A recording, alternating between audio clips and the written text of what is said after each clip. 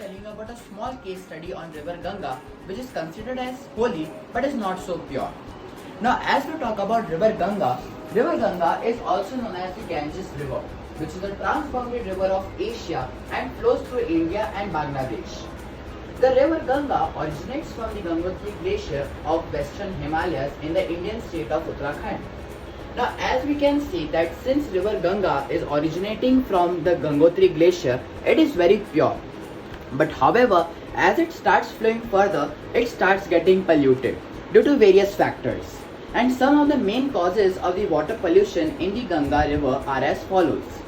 First can be disposal of human sewage, second can be disposal of animal waste, third can be disposal of industrial waste, fourth can be increasing population density, fifth can be religious traditions and many other such factors. Now, as we talk about the religious traditions, river Ganga is highly considered as sacred and is worshipped by both Hindus and Buddhists. However, despite being holy in nature, it is not pure due to the increasing levels of pollution of the Ganges river. And owing to this increasing levels of pollution, it poses a significant threat to humans as well as the surrounding natural environment. Now, in order to improve the water quality of the Ganges river, our ex-Honorable Prime Minister of India, Mr. Rajiv Gandhi, had launched a Ganga Action Plan, which is also popularly abbreviated as GAP, on June 1986, with covering almost 25 major towns of India coming under the category of Class 1 towns.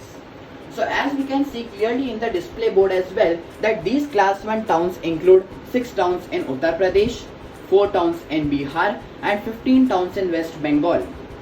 Now, the main objective of this plan was to improve the water quality by the interception, diversion and treatment of domestic sewage and to prevent toxic and industrial chemical waste from identified polluting units from entering the river. As we talk about the ultimate objective of the Ganga Action Plan, the ultimate objective of this Ganga Action Plan is to have an approach of integrated river basin management considering the various dynamic interactions between the abiotic and biotic ecosystem. Second can be rehabilitation of soft shell turtles for pollution abatement. Third can be research and development to conserve the biotic diversity of the river to augment its productivity. And fifth can be resource recovery options such as methane production for energy generation and use of aquaculture for revenue generation.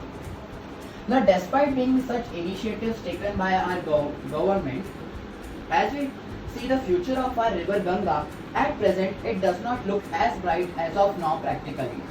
But we as responsible Indians can take some small initiatives to make the future of our holy river bright ahead. And some of these initiatives can be like we can declare river Ganga as an endangered river. We can even ban non-biodegradable materials in all the banks.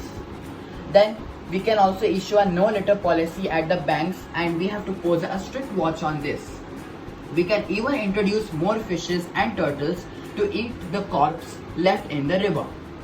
We have to ensure that no industrial waste is drained in the river, not even the treated water. And also we have to identify the most polluted areas and the reason for its pollution. Like suppose if it is garbage, clean the garbage and ensure that it does not pile up again. And simultaneously we have to relocate that garbage place as well. If it is water getting polluted by the mixing of cremation, ashes and other materials built at the 2 chambers in the banks, so one chamber can act for a recycling unit and the second chamber can act as a disposal of ashes. So let's join hands and take the pledge we want in our environment, and as responsible Indians, we also pledge that we will prevent river Ganga and other such holy rivers from getting polluted henceforth. Thank you.